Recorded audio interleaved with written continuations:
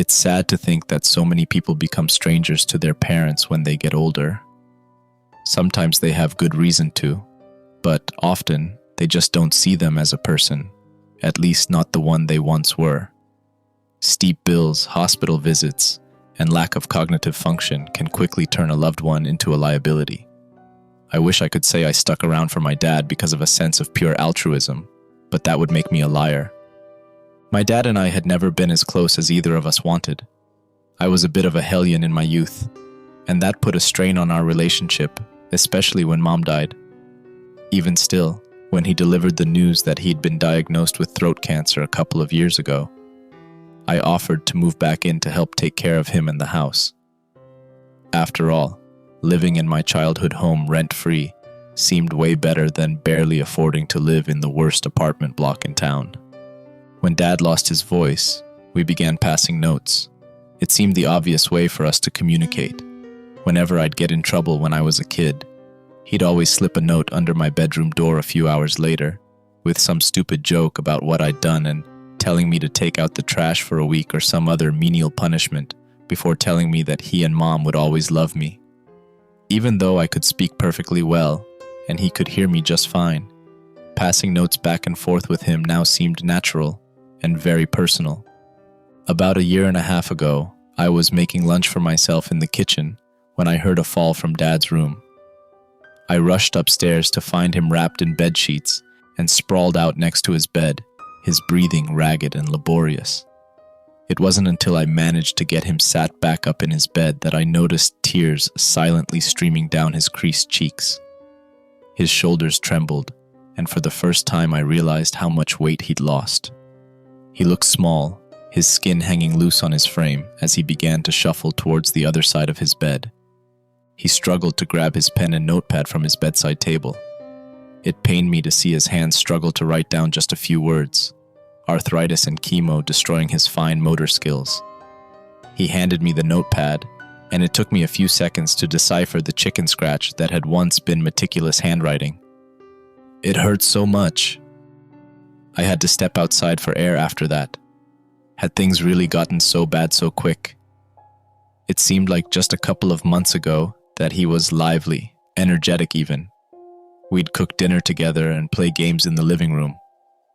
As I sat on the front porch contemplating what I could do for him, my thoughts were interrupted by the piercing screech of old brakes. A white van, creaking and rusty, had pulled into the neighbor's driveway. Two men emerged from the van and quickly began unloading equipment from its back. A folding bed, bulky oxygen tanks, and a dialysis machine from what I could tell. A young woman casually stepped out of the passenger side door, a clipboard in hand, bubblegum blowing from her mouth as she leaned against the painted logo. Havens Bridge Hospice Care. I knew the man that owned the house they were at. Mr. Prescott had lived there all his life, never having any family to share his home with. He'd been nice, if quiet, every time I'd interacted with him, and occasionally growing up he'd even come over for dinner. Hospice care.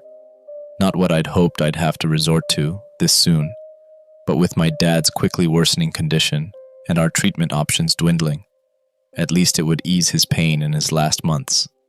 Still sitting on the porch, I made a decision that my father's suffering wouldn't last a second longer. I decided to call the number on the back of the van. It rang for a few moments, and to my surprise, I watched the woman leaning against the van with her clipboard pull her phone out of her pocket and answer. "Havens Bridge, how can we help you?" I told her to look up and waved her down before hanging up. We were both chuckling when I walked up to their van, and she kept her clipboard in hand making notes as I explained my father's situation. She seemed to listen almost absent-mindedly until I finished, and when I was done, she immediately turned a page on her clipboard and began reading off a series of questions, hardly looking up from the fresh intake form. Name of patient? Is he ambulatory? Can he swallow by himself? I gave her all the information she needed, and she took a few seconds to make some hasty notes before blowing another bubble with her gum, then seemingly swallowing it.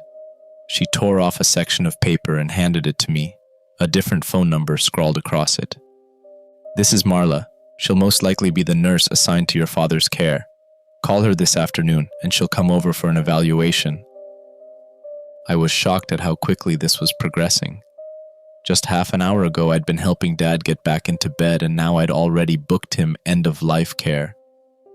Marla showed up that afternoon, gave Dad a once-over evaluation, and said that Havensbridge would be happy to assist my dad in his final months. I winced and cut her a look, silently protesting her using those words in front of him. We all knew it was getting close to that time, but I'd expect better bedside manners from a hospice worker. The next morning, the same men unloaded equipment at the house. Tanks of oxygen, IV bags and drips, the works. My father was quieter than usual as they set up. As they were finishing assembling some of the equipment, Dad handed me his notepad and pen. "Is it supposed to be this fast?" I looked up at the men who were wheeling some expensive-looking monitor into his bedroom. They hadn't so much as looked at Dad since they got here. I wrote back, "Maybe. They seemed busy with Mr. Prescott yesterday. They might just have a lot of clients." He sat still in his wheelchair for a moment. After a minute or two, he handed me the notepad once more. "If you're sure about this, thank you, Andrew. I love you." It was about a month later when the email I'd been waiting for came in. A last-ditch job application effort had finally resulted in an invitation to interview at their corporate office out of state. I looked over at Dad, who was asleep in bed as Marla did her daily check-in process. The thought of leaving here, even for just a couple days, made me nervous. "Hey Marla, how's he doing? There's a chance I may have to leave for a day or two for a work opportunity." She glanced up from her work, meeting my gaze for only a second before returning to take readings from the monitors wired around Dad's bed.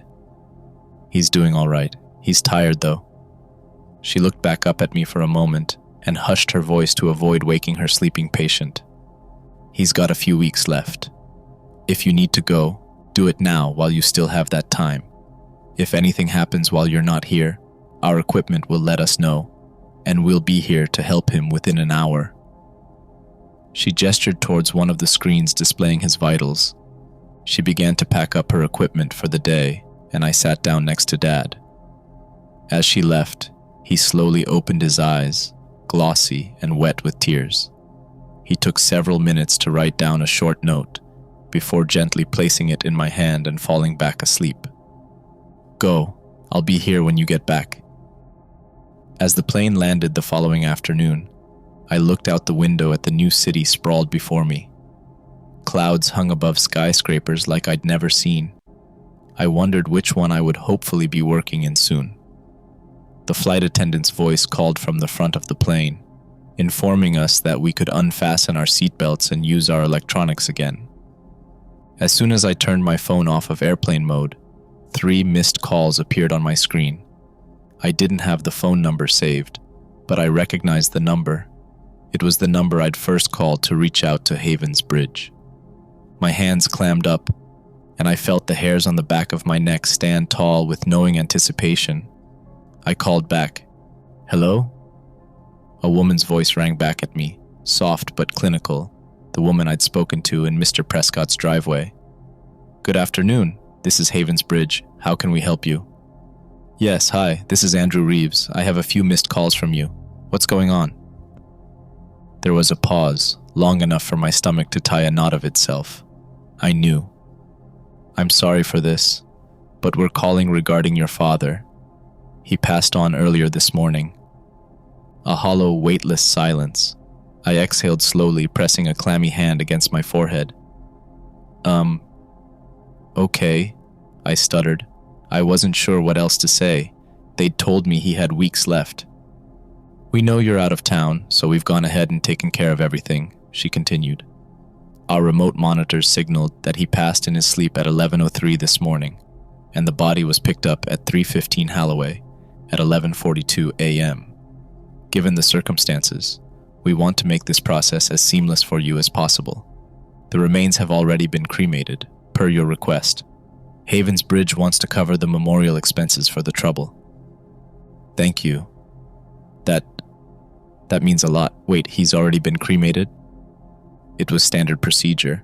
But I wasn't there. I didn't get to sign off on that yet. A pause. I could hear typing on a keyboard. You listed disposition at the hospice's discretion on the paperwork, she said. You agreed to cremation upon passing. I closed my eyes. Had I? I only vaguely remembered signing forms related to post-mortem conditions. We wanted to avoid burdening you with the details, she added. We understand how difficult this time is. I swallowed. My head felt light, detached from my body. Right, I murmured. Wait, hold on. 315 Holloway? Do you mean 318? That's where my dad was. A brief silence, then a polite, dismissive laugh. Of course, you're right. I'm so sorry. It's been a long morning for all of us here. That's fine. I brushed it off. What about the remains? Would you like us to ship them to you? I hesitated. No, I'll pick them up. Of course. A click of a keyboard. Again, our condolences, Mr. Reeves. We exchanged a few more details, and she hung up. I sat there for a while, staring at my phone, until eventually it was my turn to stand and collect my carry-on before disembarking the plane. I walked towards baggage claim, feeling hollow. I knew it had been coming for a while, but the reality of it was only just setting in.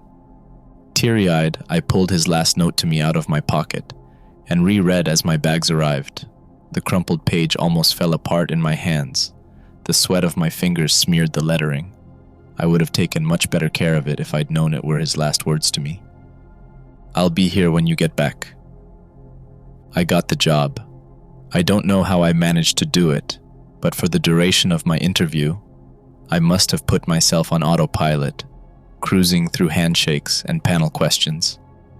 I arrived back to my father's home a few days later, already having made up my mind.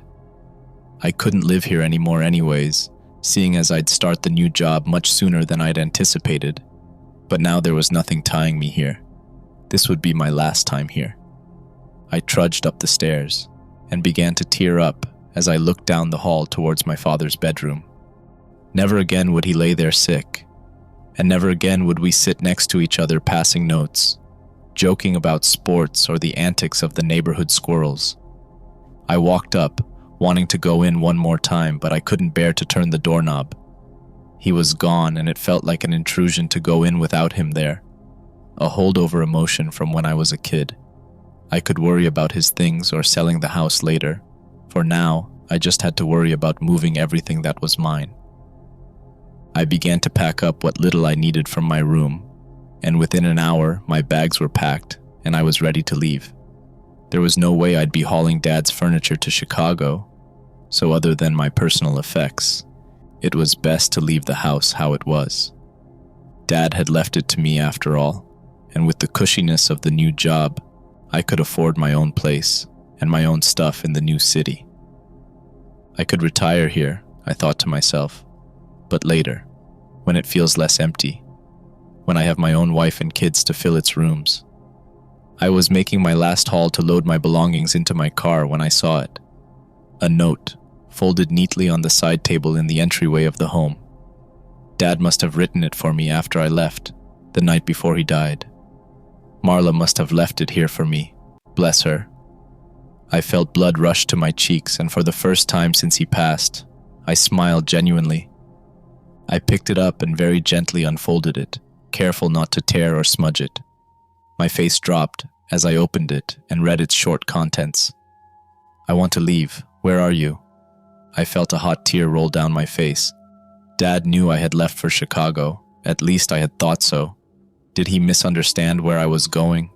Was he so out of it in his last hours that he couldn't remember where I was? Had I left my father scared and alone when he died? I set the note down where I found it and quickly got the rest of my stuff. I took one last look inside the house and left, never wanting to go back.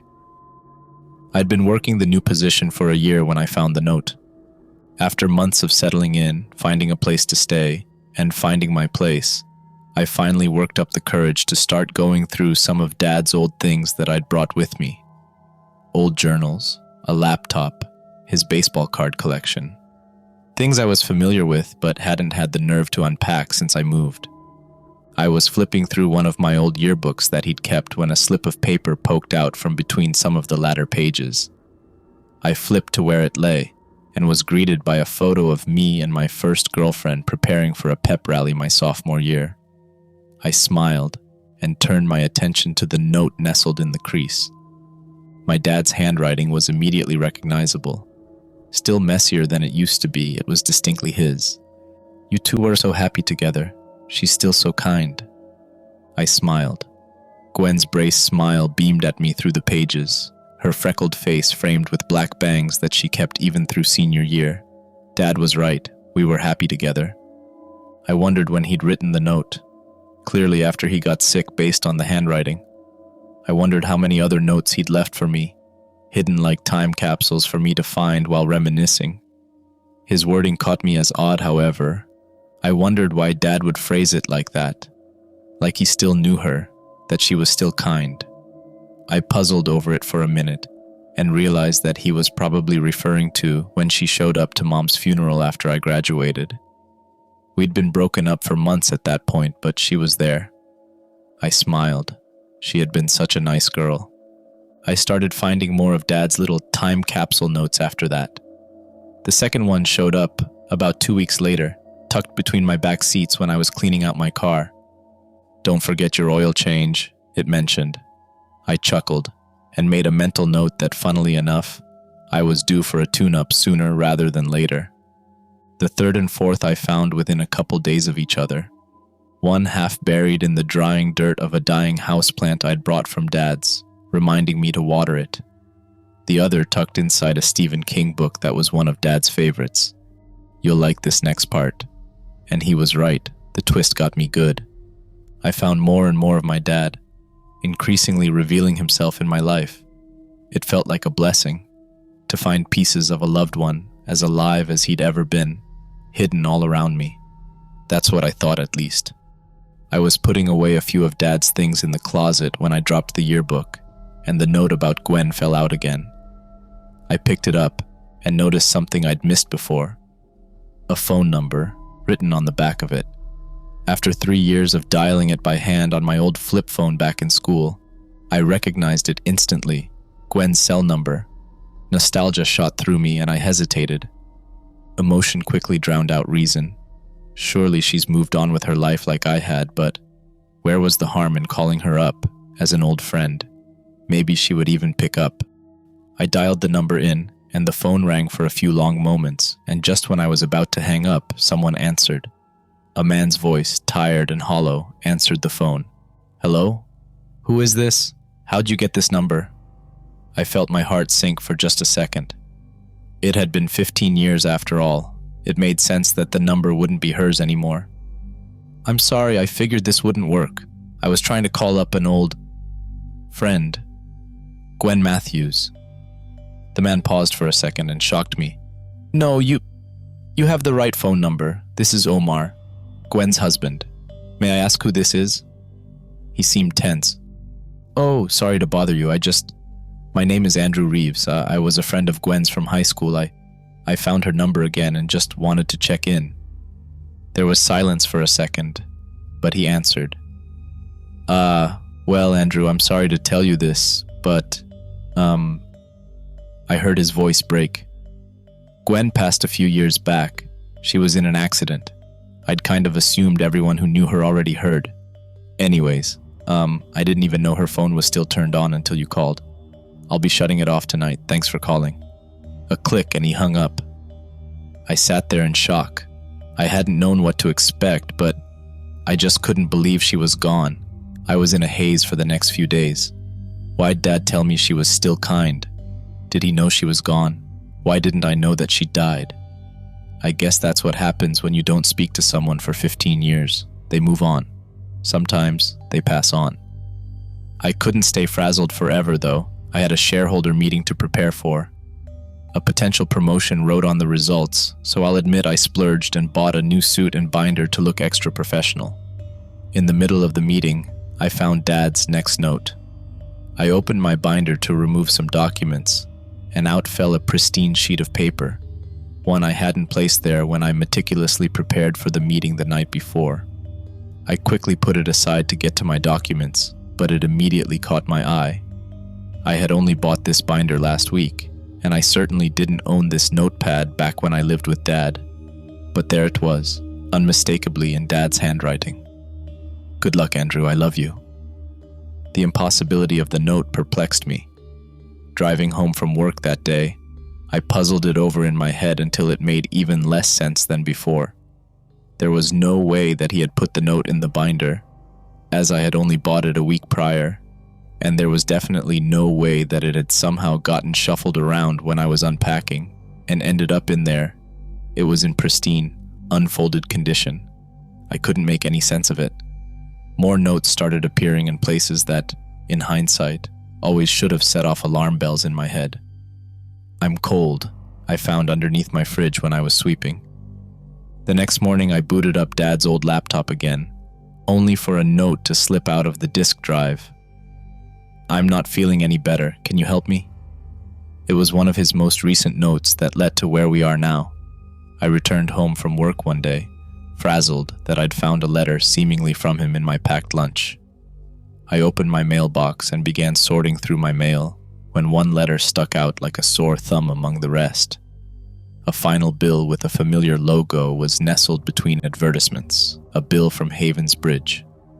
Written on the back of the envelope, my father's handwriting scrawled, "When are you coming home? I miss you." I lost it. I tore open the envelope. This had to be coming from them somehow. My father had been dead for well over a year at this point. I had attended his funeral. His ashes sat on my fireplace. Someone was writing me notes to mess with me, and it had to be them. The bill was fairly standard, albeit with a hefty late payment fee attached. I scoffed that they'd send me one this long after everything concluded, but almost everything seemed in order.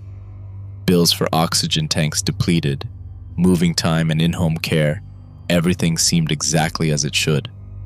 No message, no taunt with my father's handwriting, no ghostly scrawl. It wasn't until I was about to throw the note away when I caught it, in the fine line print at the very bottom of the bill. Services rendered to Andrew Reeves, 315 Halloway Drive. Those idiots had messed up the address again. No wonder it took so long to forward this bill to my new address. I wondered how many other late payments had been incurred by the clerical error. Furious, I called the number for Havens Bridge, now saved to my phone. The phone rang twice before someone picked up. "Haven End Hospice, how can we help?" I'll admit, I was curt, harsh even with my tone. "Listen, I'm calling about a billing issue. My name's Andrew Reeves. My father, Richard Reeves, was in your care last year. I was finally forwarded his bill, and I want to contest these late fees, seeing as it was you guys who got the address wrong, again." A pause. Then the faint click of a keyboard. One moment. I waited, listening to the faint murmur of voices in the background. Then another pause, longer this time. "I'm sorry, Mr. Reeves. I seem to be having some trouble pulling up your father's file." I scoffed. "That can't be right. I have your bill right here. You guys did hospice care, cremation, funeral arrangements, everything. Your nurse Marla was at his house almost every day for a month." "Right, of course. More typing. Give me 1 second. Let me check something else." There was a shuffle, like she was flipping through papers. I heard a hushed voice, another woman in the background. Then, just clear enough to make out, "Wait, this wasn't the Halloway mix-up, was it?" The cold pit in my stomach opened wide. "What?" The line clicked. Call ended. It was hard to get time off of work to get back home to Dad's place, but by the end of the month I convinced my boss to let me have a long weekend to fly back home. I splurged on the in-flight Wi-Fi. I wanted to do as much digging on Havens Bridge as I could before I got back to Dad's. Nothing was adding up. What I found online was scarce. They were a family-owned business that had only been in operation for a couple of years by the time I found them. They specialized in elder care and end-of-life treatment, but their reviews weren't the best. When I'd booked, I'd known all this, but for the price point, they were about all I could afford at the time. What was more worrying was that they had very recently been shut down. From the articles I could find, they'd closed just days after my last phone call with them. One forum post from my dad's city even claimed that they'd mishandled remains, and there was an ongoing lawsuit. None of this was comforting. The taxi pulled up to my childhood home. I was sad to see that it had fallen into almost a state of disrepair in my year absence. I could have at least called a company to take care of the lawn, but I hadn't even done that. Tall, dead grass carpeted the lawn, and the windows were caked with what looked like dirt. It wasn't until I arrived closer to the house and my stomach dropped as I realized the filth was moving.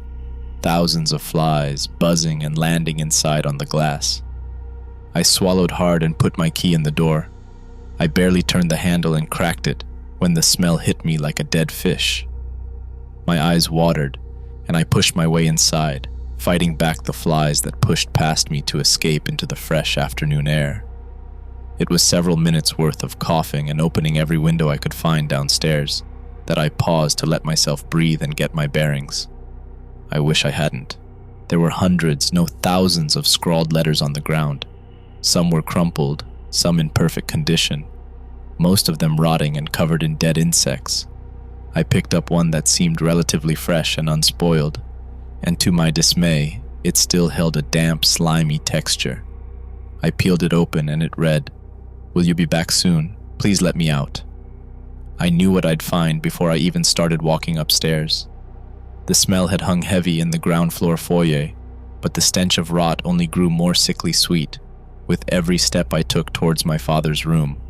By the time I made it to his door, I had to put my shirt over my nose just to keep myself from vomiting. I grabbed the handle and started to twist, only to realize with a gut-wrenching understanding that it had been locked. I pulled out the old house key from my keyring and fidgeted with the lock. As soon as the key clicked, the door flung open. My father's withered body pushed it out towards me. He'd been leaned up against it. The inside of the door was covered in deep scratches, splintered wood caked in long-dried blood covering the floor. His fingers had been whittled down to bone, his hands mangled and still grasping to claw towards an escape. I turned away from what lay before me, and I vomited. I wiped my mouth clean and slowly walked past my father into his old room. Every single piece of hospice equipment was inside. The monitors, long knocked over and broken, covered in flies and filth. They'd forgotten him. I was reeling, struggling to understand the sight before me. How had they not known?